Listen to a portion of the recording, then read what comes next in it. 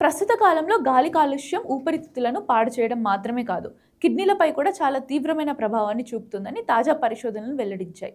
ప్రధానంగా వాహనాల నుంచి వచ్చే ప్రమాదకరమైన పొగలో ఉండే చిన్నపాటి కణాలు, ప్రత్యేకించి PM2.5 అనే పర్టికులేట్ మ్యాటర్ వల్ల కిడ్నీలపై మార్పులు సంభవిస్తున్నట్టు పరిశోధకులు గమనించారు. తాజాగా వెలుగు చూసిన డేటా ప్రకారం గాలిలో ఎక్కువగా PM2.5 ఉన్న ప్రాంతాల్లో నివసించే వారిలో కిడ్నీ వ్యాధులు వచ్చే ప్రమాదం సుమారు 4 రెట్లు పెరిగిందని పరిశోధకులు గుర్తించారు.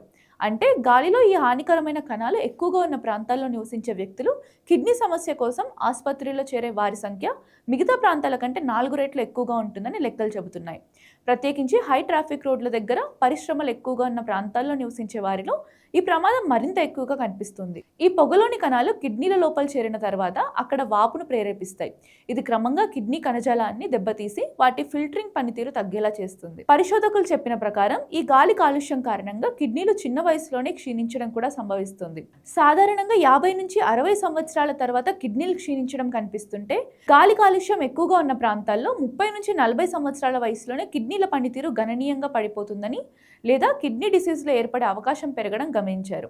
ఈ ప్రభావం ప్రత్యేకించి డయాబెటీస్, హై బ్లడ్ ప్రెషర్ లాంటి క్రానిక్ సమస్యలు ఉన్న వారిలో మరింత తీవ్రంగా ఉంటుందని పరిశోధనలు చెబుతున్నాయి.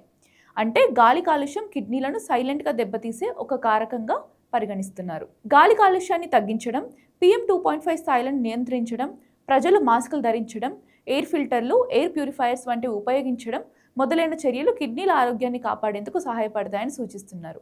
ప్రభుత్వాలు కూడా రోడ్డు పక్క ప్రాంతాల్లో చెట్లు పెంచడం, పబ్లిక్ ట్రాన్స్పోర్ట్ను మెరుగుపరచడం, పరిశ్రమల నుంచి వచ్చే వాయు కాలుష్యాన్ని నియంత్రించే పాలసీలు తీసుకోవాలని వారు సూచిస్తున్నారు. ఇలా గాలి కాలుష్యం, కిడ్నీ ఆరోగ్యం మధ్య ఉన్న బంధం గురించి ప్రజా అవగాహన పెంచడం ద్వారా ఈ సమస్య నుంచి కనీసం భాగం మాత్రం తప్పించుకోవడానికి అవకాశం ఉందని వైద్య నిపుణులు చెబుతున్నారు.